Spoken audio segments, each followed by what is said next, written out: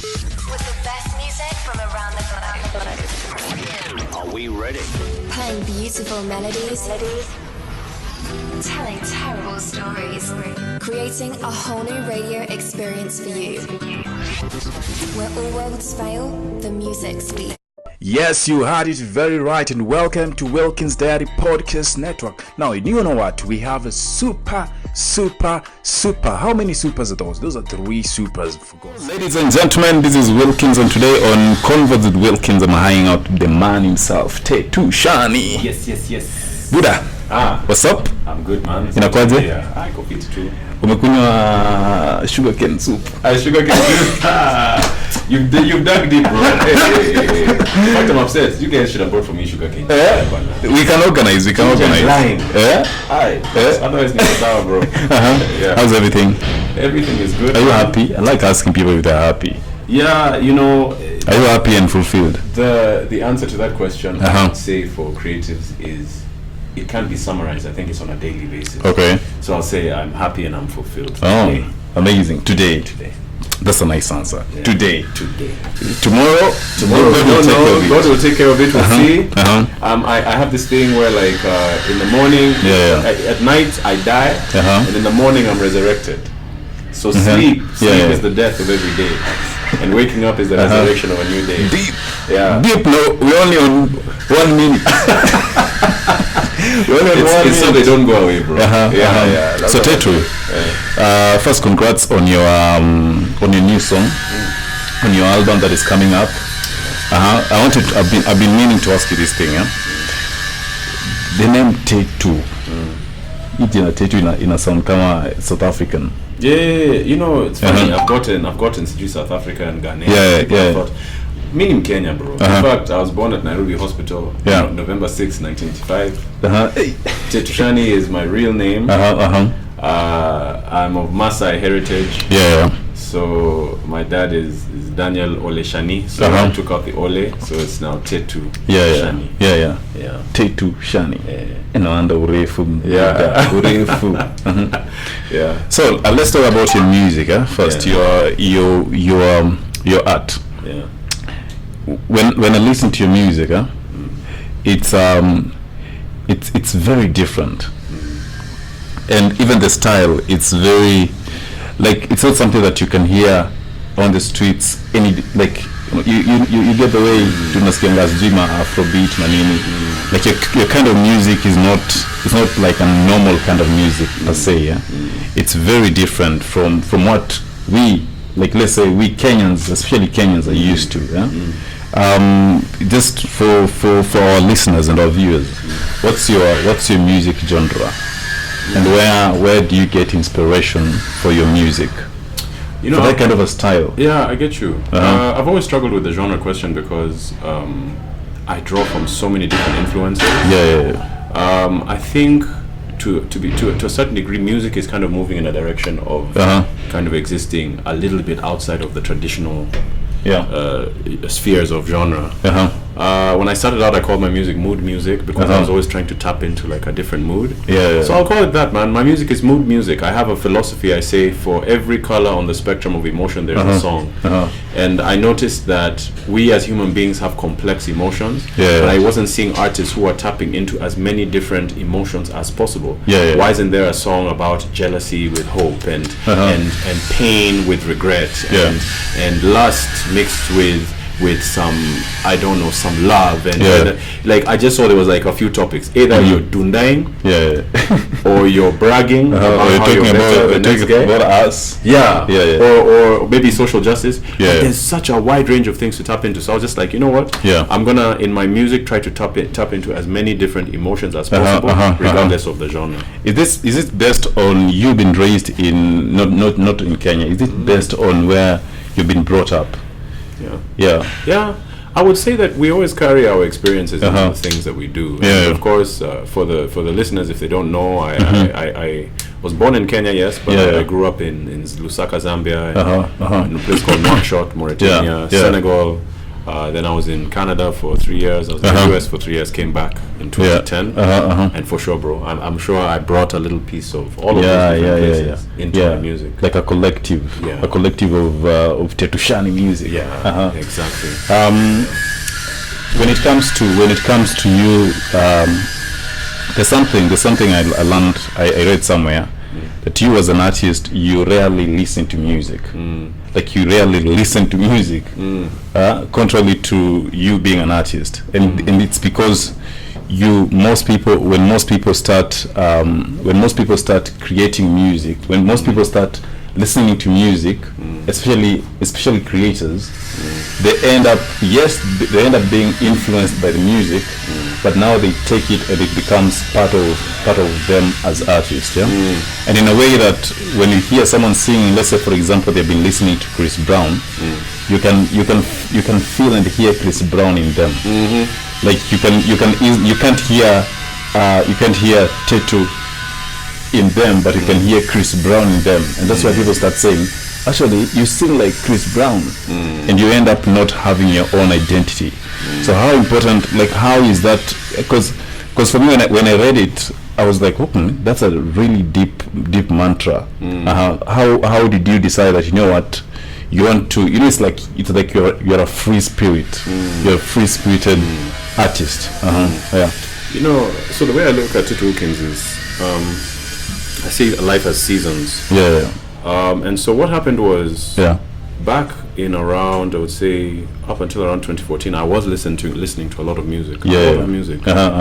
But then when I now started doing the songwriting, I stopped. I went through a period where I was like, you know what, I'm gonna do away with this thing because I don't want to sound like my influences. The human brain works in a very interesting way. It works in a way whereby we are always receiving content and information, but then we have to allow the brain time to process it and then present it in a way that sounds authentic. And the only way to do that is to create some space, to listen, but then give yourself a period where none of that stuff is really coming out, and you're just allowed to just be who you are. And that's how people say, oh man, your music sounds so authentic. I don't know who you sound like. And it's just because I've allowed myself that space to let myself come through from these periods of not listening to a certain kind of stuff, But despite that, do you have someone that let's say, because I know sometimes like for me personally, when I do a podcast, I don't even go and watch them.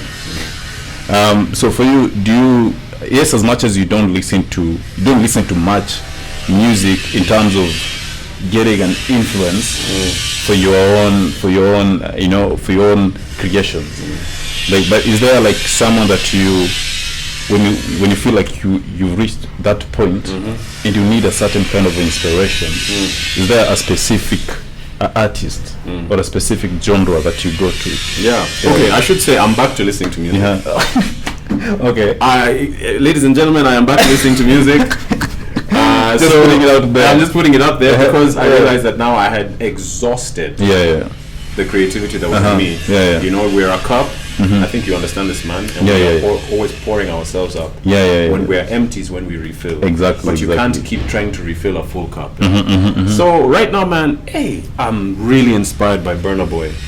But bro, I am inspired by Burna Boy because I feel like he's another guy who African giant. He has no rules to his music. And he has very distinct voice. He has a very distinct way of attacking the song. I love Chronics. And just sorry to cut you short. And I feel you know the story. You know the rumors be Nani Harmonize alitoka Wasafi, right? And I feel like Harmonize has, he has been so close to Burna Boy, and he's picking so much from Burna Boy. Like he's been so close. Harmonize as an artist, he's been so close to Burna Boy. Even when you see how he's really carrying himself as a brand, you get to realize that he's someone who just wants to be free, and he doesn't want to stick to a certain style of his music. He wants to like really, and I think that's how Burna Boy is. He's really like trying out different. Yes, he has his own sound, but he's trying out different elements within his sound. Oh yeah, I love it, man.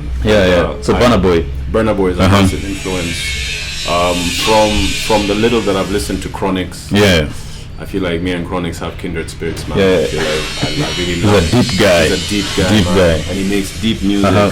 There's one song of his called Legend. That song, when I feel low, that's the song I listen to get inspired.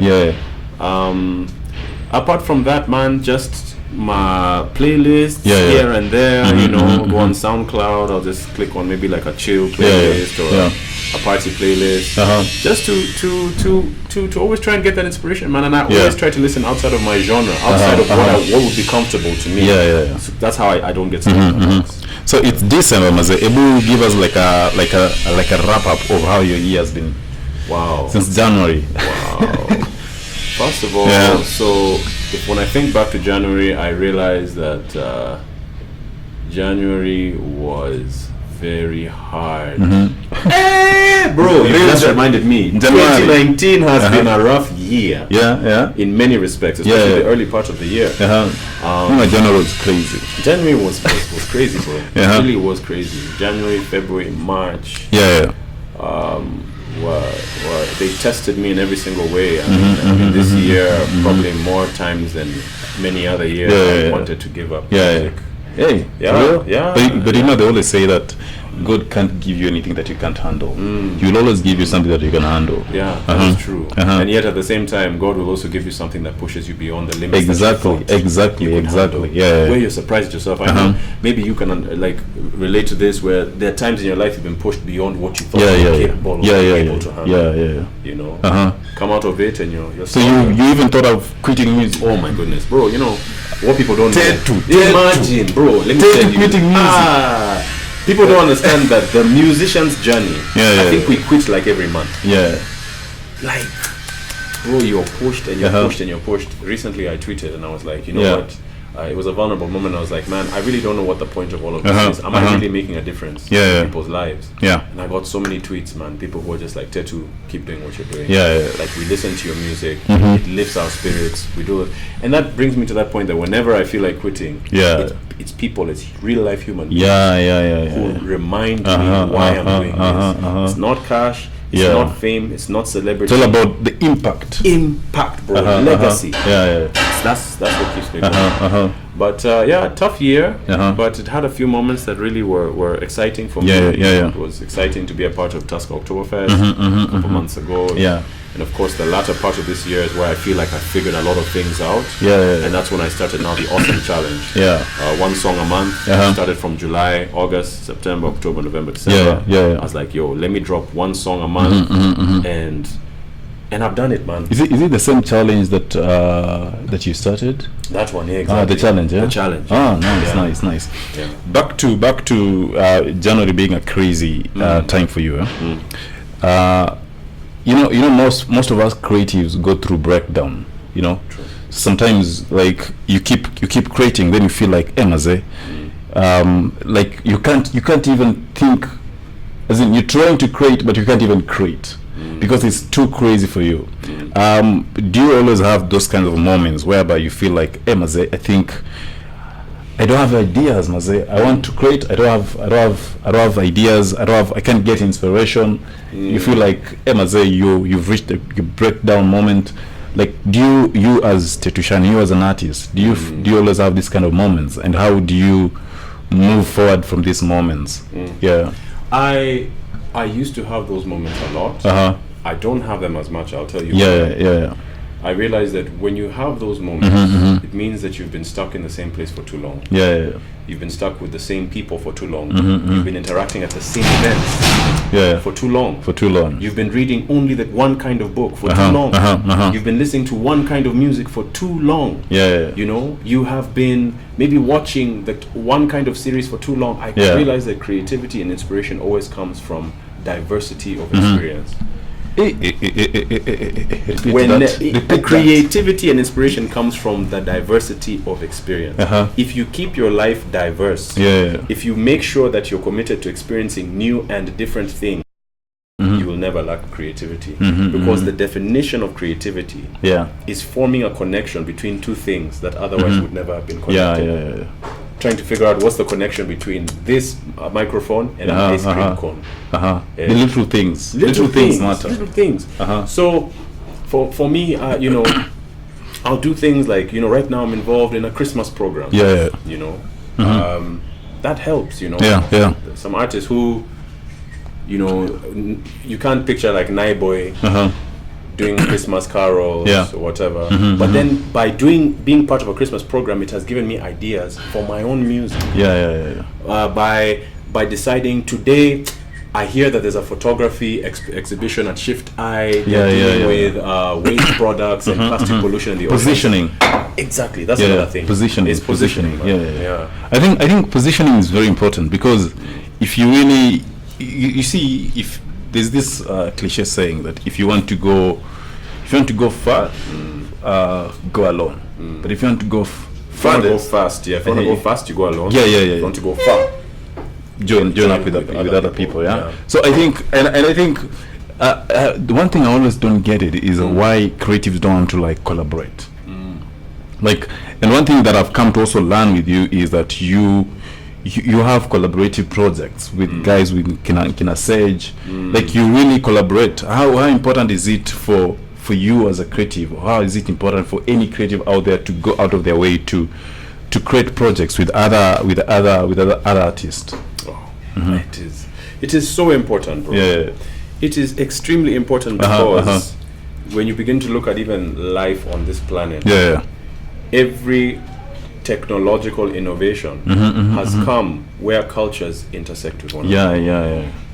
Europe was actually that's the history of Africa. The history of Africa, bro. Barter trade. Barter trade. You have you when you look at, we forget that if we had never interacted with the Arabs, we would not have mathematics, because the numerals we use, the algebra, is an Arabic word.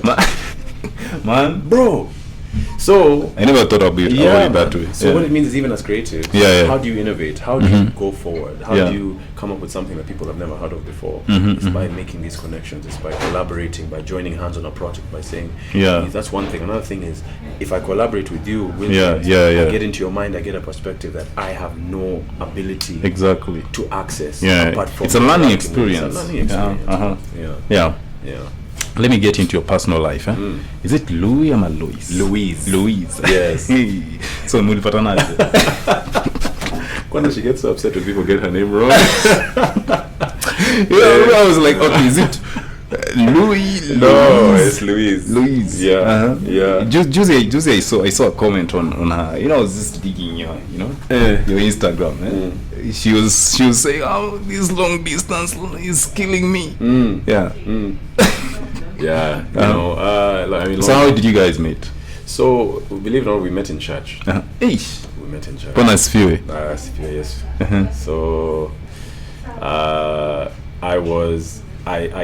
used to play drums in my church worship team. And so we were having acacia at Passy's place. And then, you know, this fine girl, Peng Ting, shows up.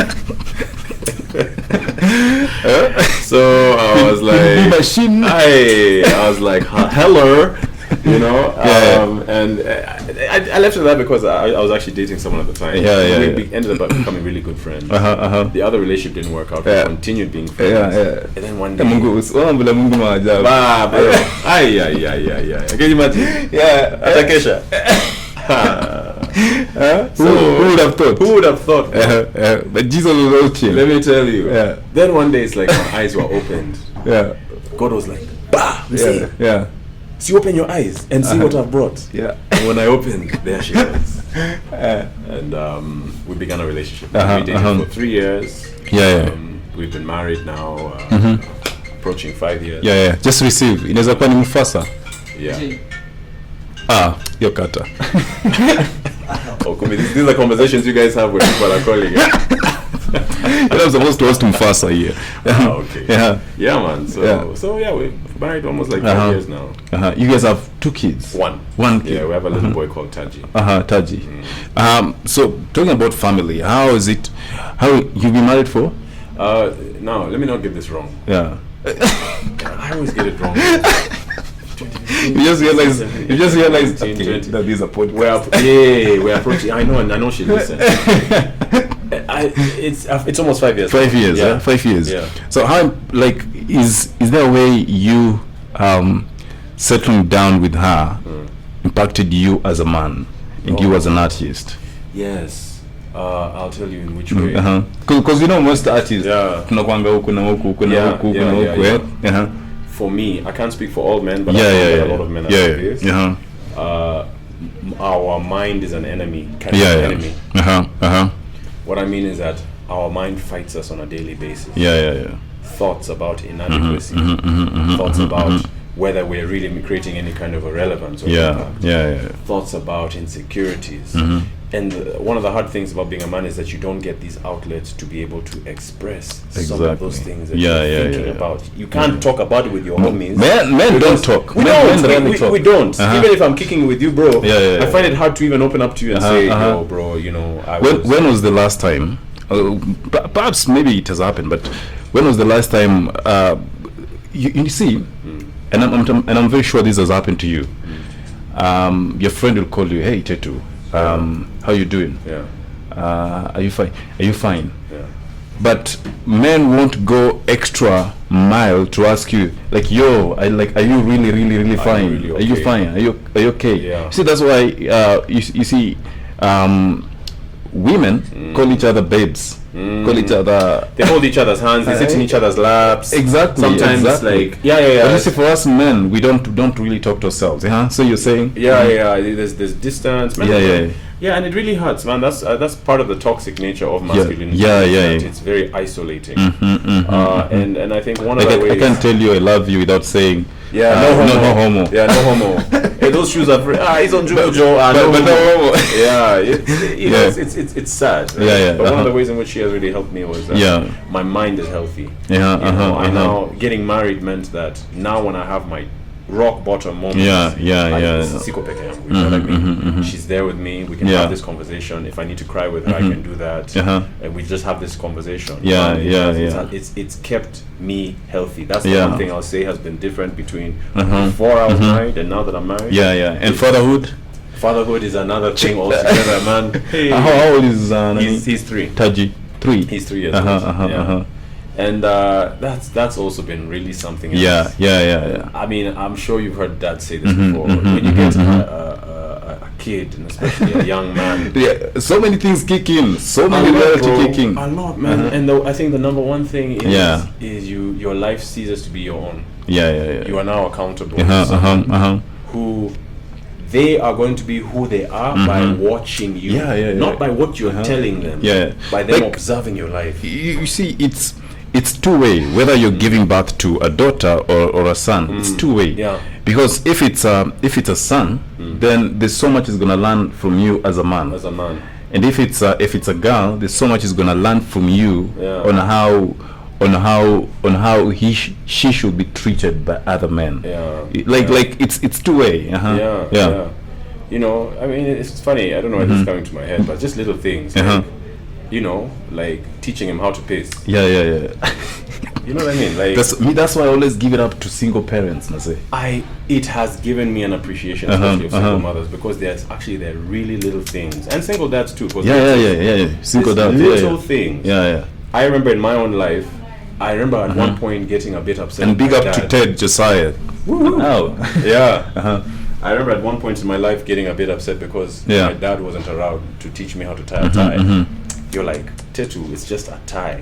But it's funny how in that moment, I wish that a man in my life could have taught me how to do something that in our society is considered to be traditionally masculine. So what I want for him, Saji, is I just want to be present. So that the little things, I can be there to hopefully guide him and help him figure these things out, you know. The event at the J's, April 17th, is it still your best performance? Is it the Engage? Which one between the J's and the Engage? Yesterday I was watching the Engage one. I loved it. Which one? The Heartbreak Amnesia one was Heartbreak Amnesia. Oh no, Africa Sun. The one you were asking. Yeah. The one I was asking crowd. Yeah. Sing. Okay. That was Africa Sun, right? Yeah. The Engage. Yeah. One of my favorites. But actually, this year I performed in a festival called Naifest. So briefly, it keeps on getting better. Yeah. It really because when I was reading the article, the April one was your best that time. Yeah. Then I stumbled another article. Engage was one of the best. Yeah. And now it's Naifest. Let me tell you what made Naifest amazing. Yeah. Is that the most amazing thing? Sorry to cut you short. The most amazing thing, like almost like 3 or 4 posts on your Instagram. Latest posts have been about consistency. Yeah. Consistency over everything. Consistency is my over slogan everything right now. But one of the most amazing things for me, I would say. Tush, tell us when it took 20 minutes, yeah? 24, perfect. So the reason why Naifest was so amazing is up until Naifest at my shows, I saw mostly people who I recognized. Yeah. Bro, Naifest was the first time in my career where I'm doing a show, people are singing my songs word for word, and I can't recognize them.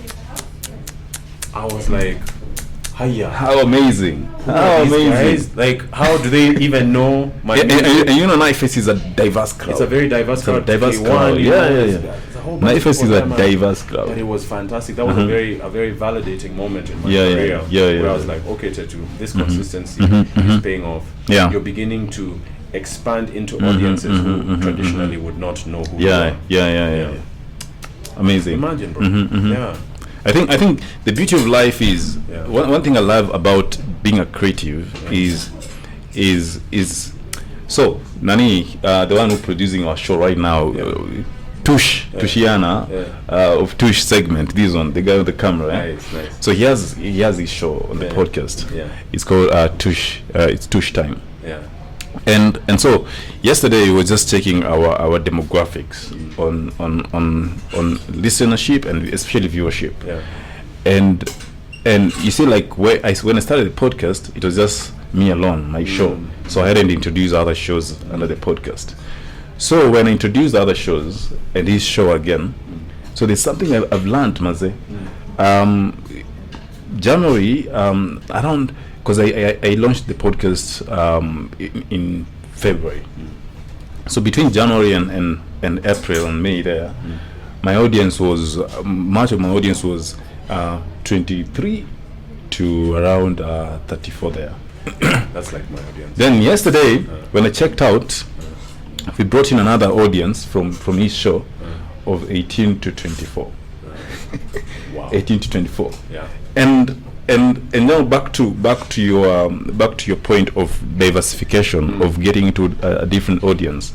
And I was even like talking to him and asking him how do we even start talking to these 18 to 24?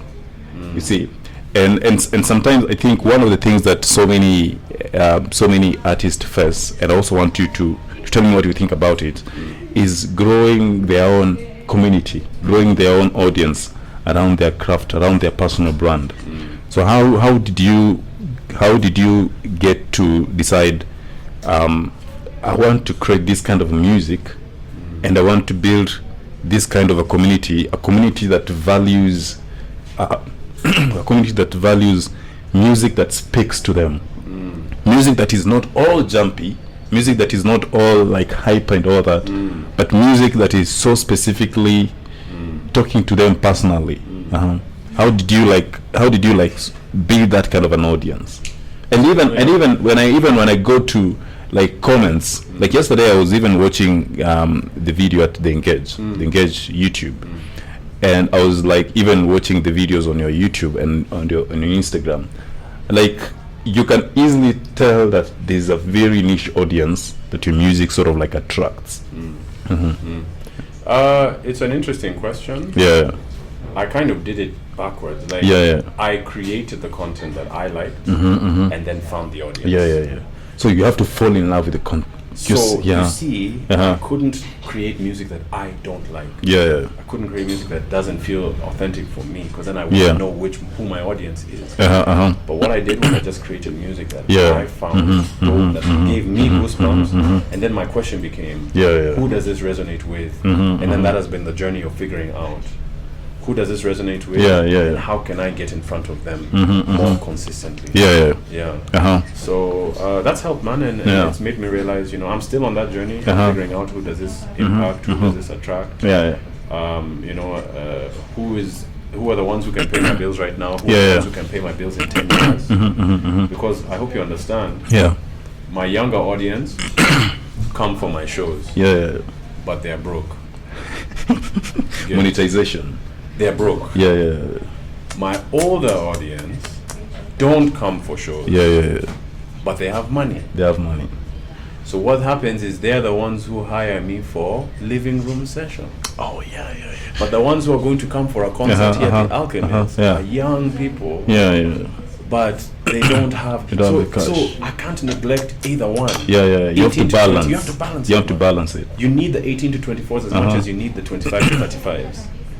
I think as an artist, if you really don't master how to balance your audience and how to be sustainable, you might end up being depressed.